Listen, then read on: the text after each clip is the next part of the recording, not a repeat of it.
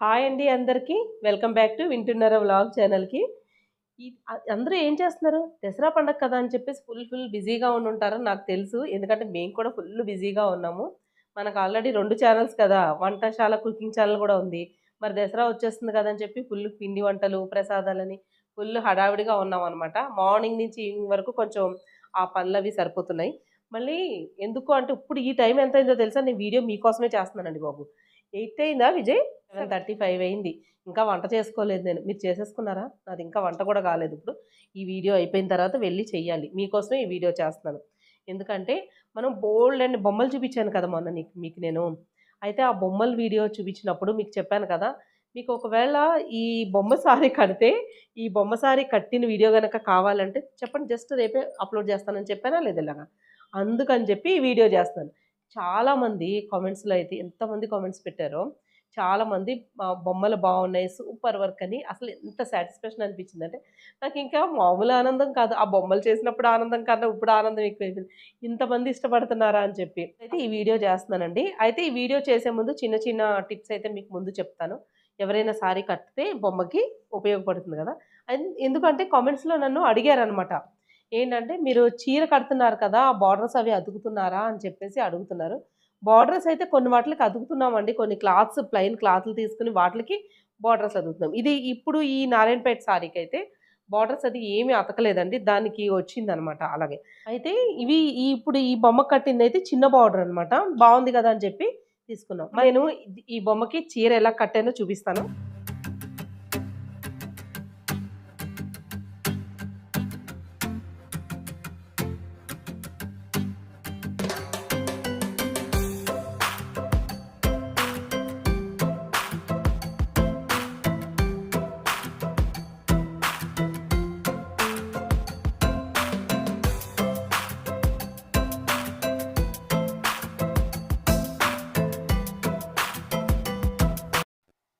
First ఒక క్లాత్‌ని petticoat లాగా ఊరికే అతికిచ్చేసానండి. తర్వాత ఒక చిన్న ప్లీసు చెస్ట్ దగ్గర అతికిచ్చాను.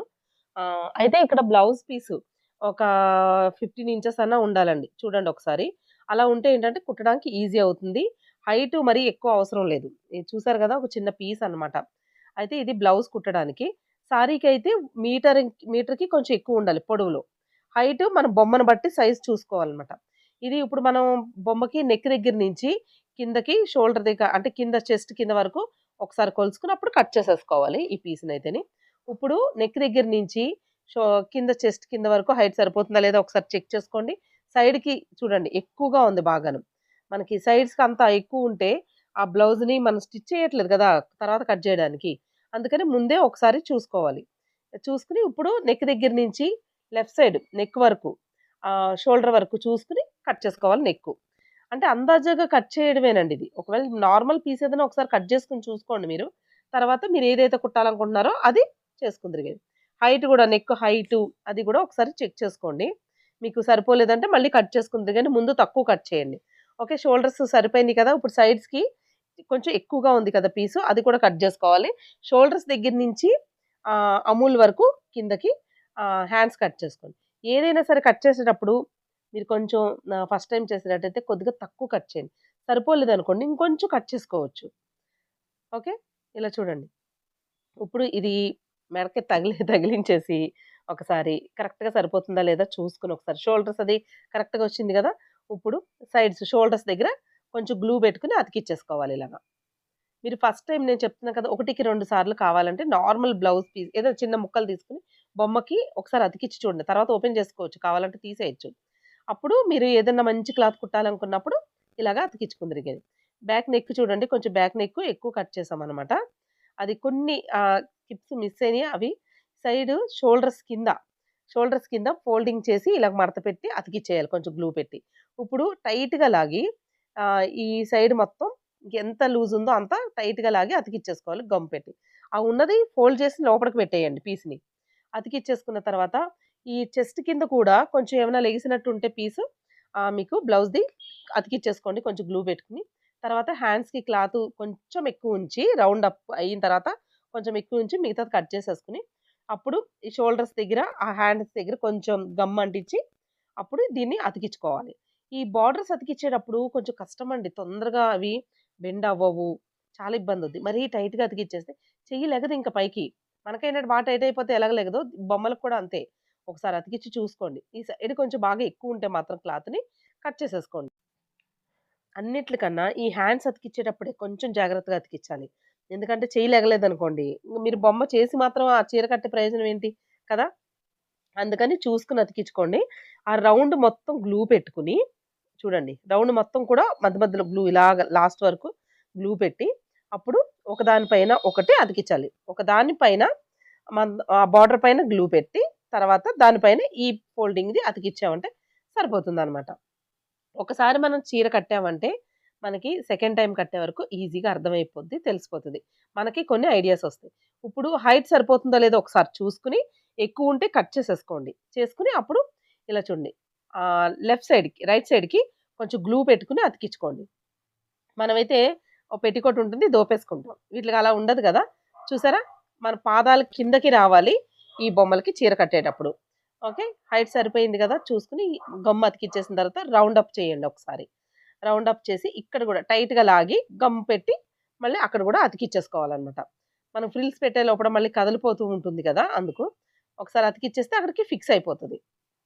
మనకి హాట్ గ్లూ అనుకోండి తొందరగా అతికిచ్చేసుకుంటాం. మామూలుగా ఫెవి గ్లూ అది అయితే అది ఆరే వరకు ఉండాలి. అంటే ఒక రోజుకి కనీసం ఒక బ్లౌజ్ గూడా కుట్టలేమనమాట. అట్లా. హాట్ గ్లూ కంపల్సరీ ఉండాలండి. ఇగ చూడండి ఒక రౌండ్ అప్ చేసుకొని మళ్ళీని సెకండ్‌ది. ఇప్పుడు ఫ్రిల్స్ పెట్టుకోవాలి.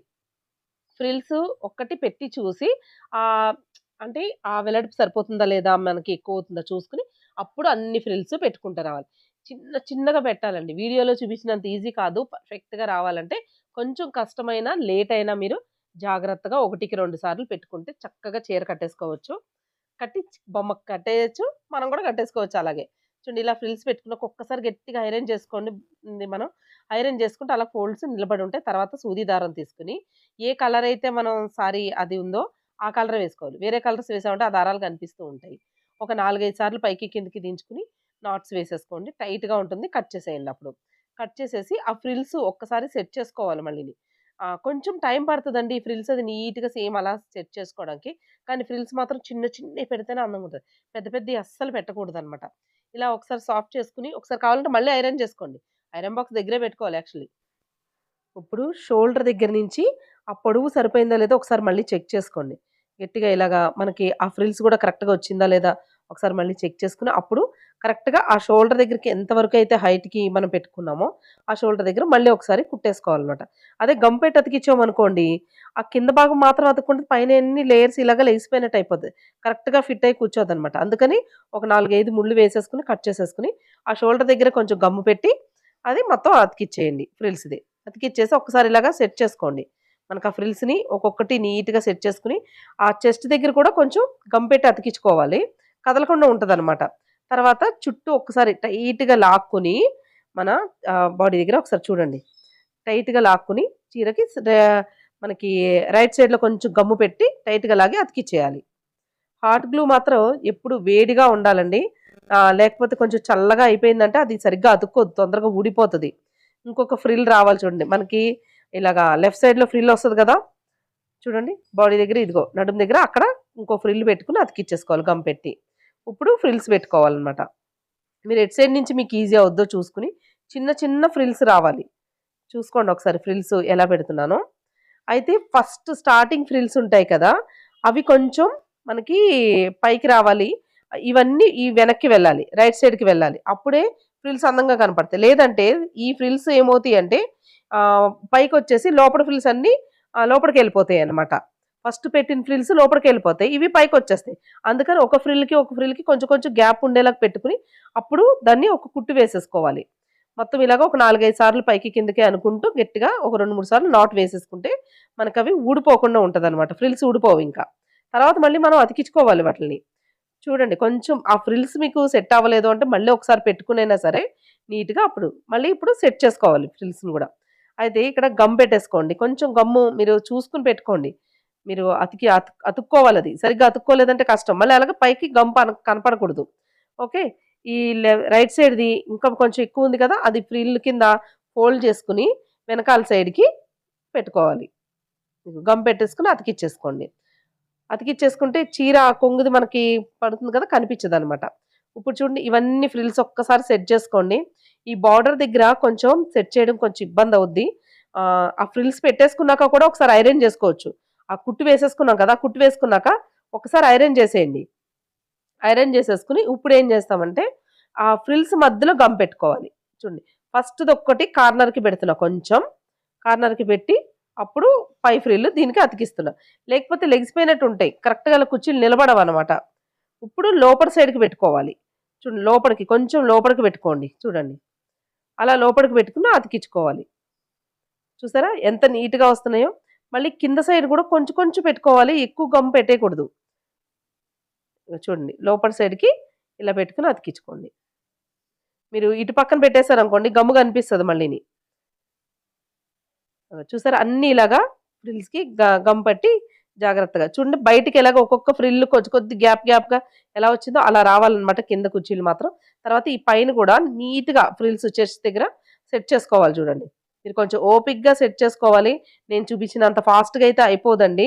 ఎందుకంటే మేము వీడియో కొద్దిగా ఫార్వర్డ్ చేసి మరి చేస్తాం కదా! ఇది చీర కట్టడం అంటే. తర్వాత నగలు ఒక్కొక్కటి మీరు ఏ నగలైతే జ్యువెలరీ వేయాలనుకుంటున్నారో అవన్నీ ఇలాగ గమ్ పెట్టుకొని అతికిచ్చేసుకోవడం మాట ఇవన్నీని. చూసారా?